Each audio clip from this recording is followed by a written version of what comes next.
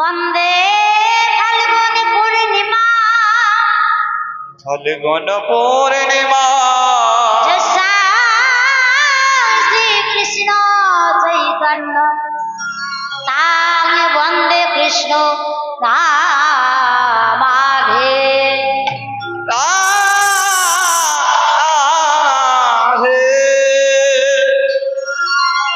সর্বপ্রথম আমরা সেই ফাল্গুন পূর্ণিমার তিথিকে বন্দনা করি। কেন মা? কারণ কলির প্রথম সন্ধ্যায় ফাল্গুন মাসে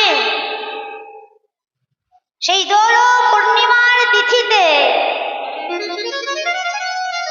সর্বসাধনে পরিপূর্ণ হয়ে শ্রীধাম নবদ্বীপের মাঝে উদয় হল শচীর নন্দন গৌর চাঁদ। তখন বাবা সন্ধ্যা লগ্ন, গগনে চন্দ্রগ্রহণ হচ্ছে। আহা, চারিদিকে ভক্তগণ হরিনামের জয়ধ্বনিতে, উলুধ্বনিতে, শঙ্খ ধ্বনিতে মাতোয়ারা ভক্তগণ হরি বল। আর ঠিক সেই সময়ে গৌর হরির নবদ্বীপের মাঝে আবির্ভাব। মহাজন বললেন, সিংহ রাশি, সিংহ লগ্ন, উচ্চ গ্রহগণ, হেন কালে উদয় হলো আমার শচীর নন্দন। আমার শচীর নন্দ, সেই শচীর নন্দন গৌরমা শ্রীধাম নবদ্বীপ মাঝে আজ ভক্তগণদের লয়ে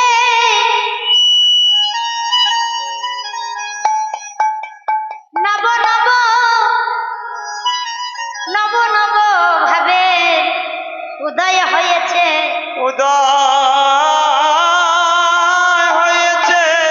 তাই তো আজকে আমার গৌরাঙ্গের নব ভাব দেখা যাচ্ছে।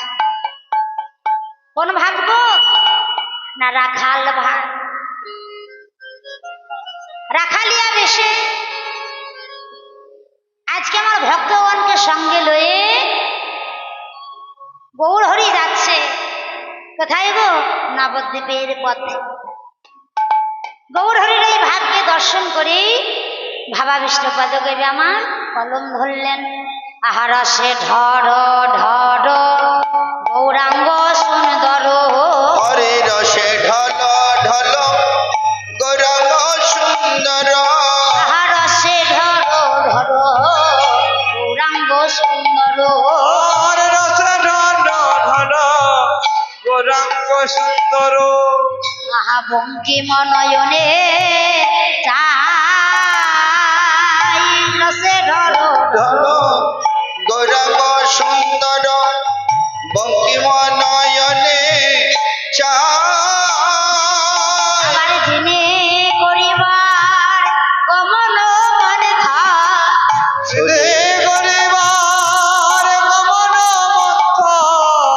শুনে পরিবার গগন মন্থর, যিনি করিবার গমন মন্থর, আহা পরাণ দোলাইয়া যাহাই গো পরাণ দয়ার যোগায়, পরাণ দয়ার যোগায়, আহা নেচে নেচে চলেছে গো, নেচে নেচে চলেছে গো, নেচে নেচে চলেছে গো, ওই নবদ্বীপ পথে পথে আজ নেচে নেচে চলেছে গো, ওই নবদ্বীপ ঘাটে ঘাটে নেচে নেচে চলেছে গো, ওই নবদ্বীপের পথে পথে নব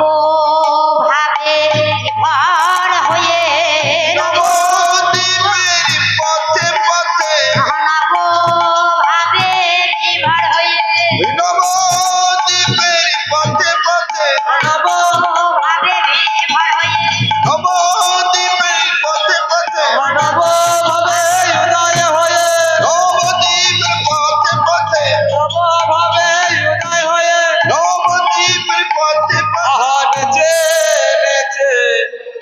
চলেছে গো।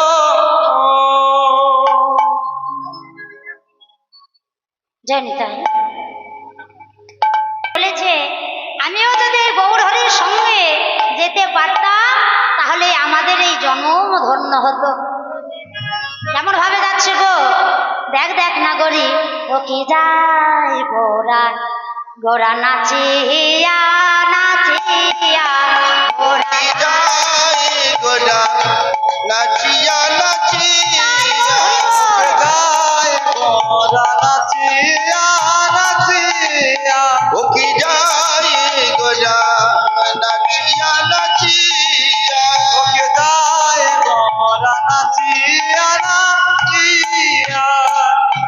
বনমালা গলে আমার বনমালা, গলে আরে বনমালা গলে আর আহা দুলিয়া দুলিয়া গোরা যায় যায় গোরা নাচিয়া নাচিয়া, আমার গায় গোরা নাচিয়া নাচিয়া।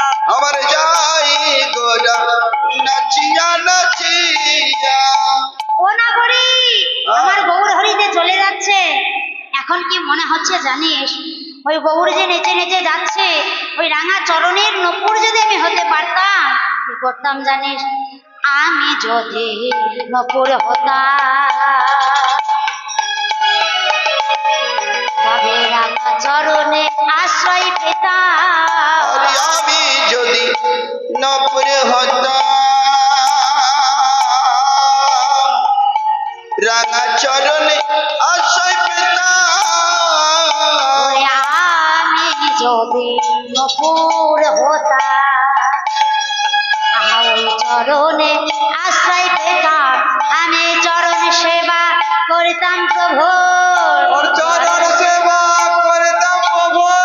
রাঙা চরণ বেড়ে গোরা গাই গোরা নাচিয়া নাচিয়া, আদায় গোরা নাচিয়া নাচিয়া। আমি যদি মালা হতাম বক্ষ মাঝে দুলে যেতাম। আমি যদি মালা হতাম বক্ষ মাঝে দুলে যেতাম। আমি যদি মালা হতাম বক্ষ মাঝে তুলে যেতাম। প্রভু যখন গোঠে যেত যেতাম নাচিয়া নাচিয়া। গাই গোরা নাচিয়া নাচিয়া, আদায় গোরা নাচিয়া নাচিয়া। গোরা যায় আমার নাচিয়া নাচিয়া। কোনাগরি যদি বনমালা হতাম, প্রভু আমায় গলে নিত আর প্রভু নেচে নেচে দিত, তখন আমি বক্ষ মাঝে দুলে দুলে যেতাম। চরণের নপুর হলে রুনুঝুনু বাজতে বাজতে চরণ বেরিয়ে থাকিতাম। তাই মহানাগরীর এই ভাব দর্শন করে বলে, ওগো নাগরী, ভগবান কি বলে যেন, যে করে আমার আশ তাহার করি সর্বনাশ, তথাপিও যদি না ছাড়ে পাশ, তখন হই আমি তার দাসীর অনুদাস। দাসের নদান। তুমি আশা নিয়ে বসে থাকো, ভগবান যেদিন কৃপা করবে সেই দিন নিজের অজান্তে ভগবানের কৃপা লাভ হয়ে যাবে। হরি বল, আর হাত দেওয়ার দরকার নেই, এটাই থাক। এবার আজকে আমার গৌর হরি চলেছে এত সুন্দর মনোরম বেশ করে, যে দিয়ে দেখে মা সেই ভুলে যায়। এত অপরূপ সাজ, তাই না মা? যে দেখবে সেই ভুলবে। এই জাগতিক জগতে, এই জাগতিক জগতের মধ্যে নিজেদের সুন্দর লাগবে করে আমরা কত রূপেই না সাজি বাবা, আহা, কিন্তু সেই সাজসজ্জা দুদিনের জন্য। কিন্তু আমার গৌর হরি যে নব নব ভাবের উদয় হয়, ওই ভাব যদি কেউ একবার দেখে, ওই অপরূপ সাজ যদি কেউ একবার দেখে, তার কি দেখে বাসনা পূর্ণ হয় গো? দেখে তার বাসনা পূর্ণ হয় না। কারণ আজকে আমার গৌরাঙ্গের লাবণ্যামৃত রূপ শাস্ত্রে বললেন এই অমৃত লাবণ্যামৃত রূপ পান যেই করে তৃষ্ণা শান্তি নহে তৃষ্ণা দিনে দিনে বাড়ে। হরি বল হরি বল। পিপাসা পেলে এক গ্লাস জল পান করলে বাবা কিছুক্ষণ পর পিপাসা নিবারণ হয়ে যায়, কিন্তু কেউ যদি কৃষ্ণ নামামৃত সুধা পান করে ভক্তের এমন পিপাসা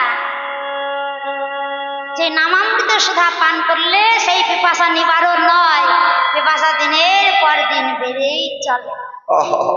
তাই বললে নাগরী রে আমার গৌর হরির ওই অপরূপ শোভা যে দেখে সে যতই দেখে বারে বাসনা, যতই দেখে বারে বাসনা, যতই দেখে বারে বাসনা, তুই দেখে বাসনা একবার দেখে স্বাদ মেটে না, যতই দেখে বারে বাসনা, ওই একবার দেখে স্বাদ মেটে না, যতই দেখে বারে বাসনা, একবার দেখে স্বাদ মেটে না জগৎ একবার দেখে সাদ মেটে না, জগ জন মন লোভা, একবার দেখে সাদ মেটে না, তুই দেখে বাসনা। তাই গৌর হরি আজকে নব নব সাজে সেজেছে। কিভাবে গো? চূড়া বেঁধেছে, চাচর চিকুর কেশ তার উপর আবার চূড়া বেঁধেছে।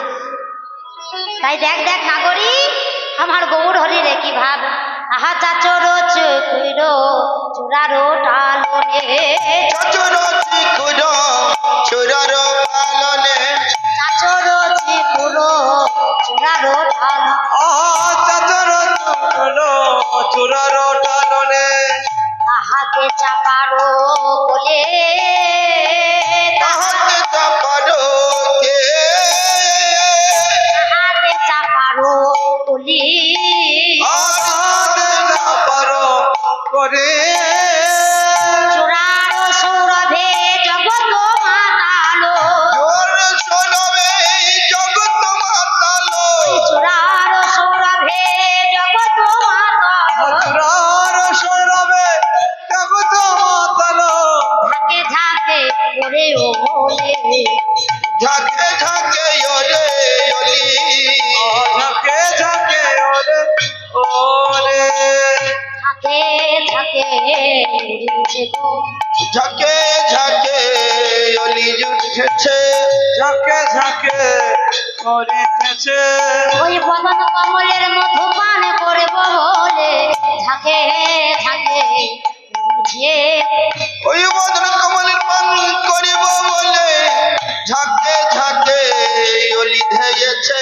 বদন কমলের মধু পান করব বলে তারা ঝাঁকে ঝাঁকে উড়েছে গো, বদন কুমারে মধুপান করব বলে, ওই ঝাঁকে ঝাঁকে অলি ধেয়েছে, কমলে বান বলে, ঝাঁকে ঝাঁকে অলি ধেয়েছে, মধুপান করবে বলে, ঝাঁকে ঝাঁকে চলেছে গো।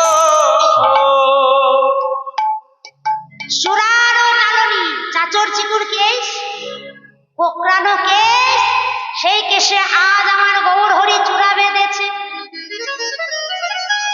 শুধু বাবা চূড়া নয়, ওই চূড়ার উপরে আবার চাপা ফুল দিয়ে সুন্দর করে চূড়াটাকে সাজিয়েছে, চাপা ফুলের কলি,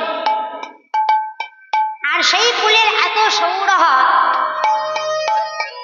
শুধু নবদ্বীপের ভক্তগণ নয়, নবদ্বীপের ভক্ত ভ্রমর নয় বাবা, সারা বিশ্বে যত কৃষ্ণ ভক্ত ভ্রমর আছে হরি বল। কারণ ফুলের সৌরভে যেমন ভ্রমর ছুটে আসে মধুপান করব বলে, তদ্রূপ আমার গৌর হরির নামামৃত সুধারস পান করব বলে সারা বিশ্বে যত কৃষ্ণ ভক্ত ভ্রমর আছে তারাও ছুটে এসেছে। তাই বললে সেই চূড়ার সৌরভে জগৎ মাতল,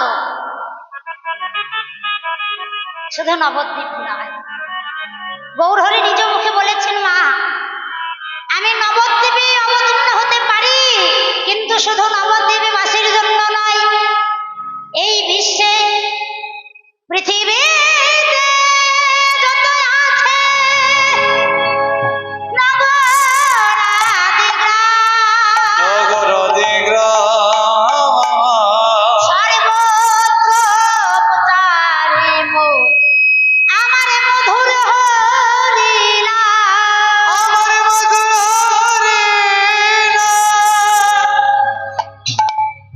সারা বিশ্ববাসীর জন্য তিনি এসেছে, কি নিয়ে? না কৃষ্ণ নামামৃত মধু নিয়ে এসেছে।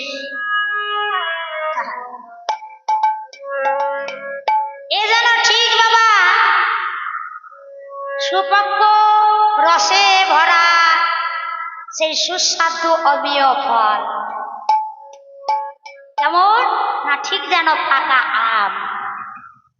দেখবে ওই আমের যখন মুকুল আসে,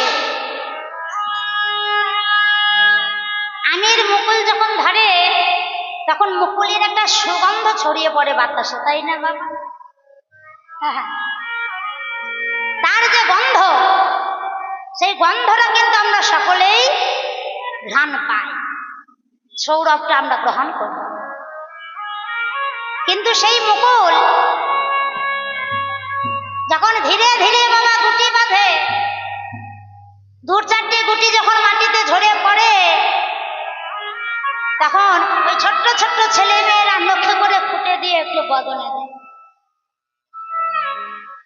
তারপর সেই গুটি যখন একটু শ্বাসে পরিণত হয়, ও মায়েরা, ওই যে কাঁচা আম, আমার মায়েরা অনেকে কি করে চাটনি বানায়, আবার অনেকে কাঁচা আমও খেতে ভালোবাসে, তাই না?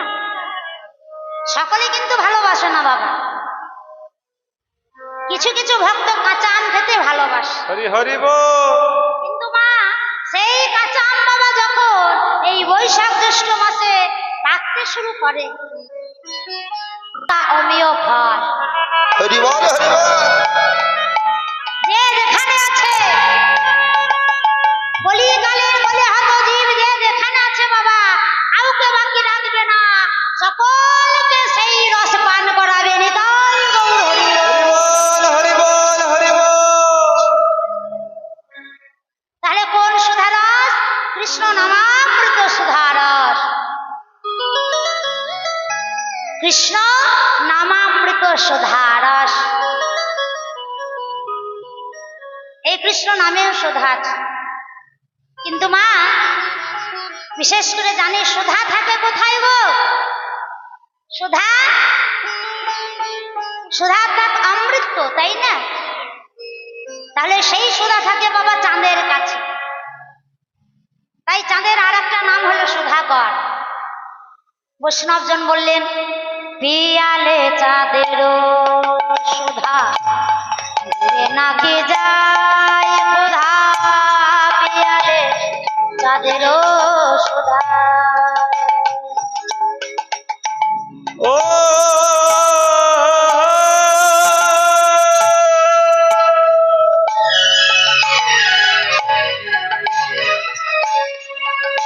ও পিয়ারে চাঁদের শোভা, রে নাকি তাই তারে বলে সুধাকর, পিয়ালে চাঁদের শোভা দূরে নাই মন খোদা, তাহারে বলে সুধাকর। গৌর চাঁদের নামে সুধা, দূরে যায় ভব ক্ষুধা। ওর চাঁদের শোভা দূরে যায় ভব খোদা। গৌর চাঁদের নামে সুধা, দূরে যায় ভব ক্ষুধা।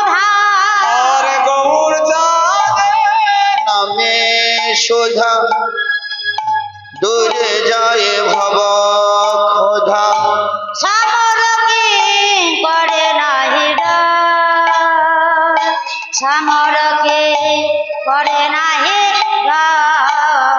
অনেক সমরে কি করে নাহি সমরে কি করে নাহি সমনের ভাই থাকে না রে ওয়ে ধর থাকে না রে সমনের ভয় থাকে না রে নাম করো ভাই উচ্চ স্বরে সমনের ভয় থাকে না রে ওরে নাম করো ভাই উচ্চ স্বরে সমনে ভয় থাকে না রে ওই নাম করো ভাই উচ্চ স্বরে ওগো সত্য হরে নামের জোরে নাম করো ভাই উচ্চ স্বরে হরে নামের ওই নাম করো ভাই উচ্চ স্বরে হরে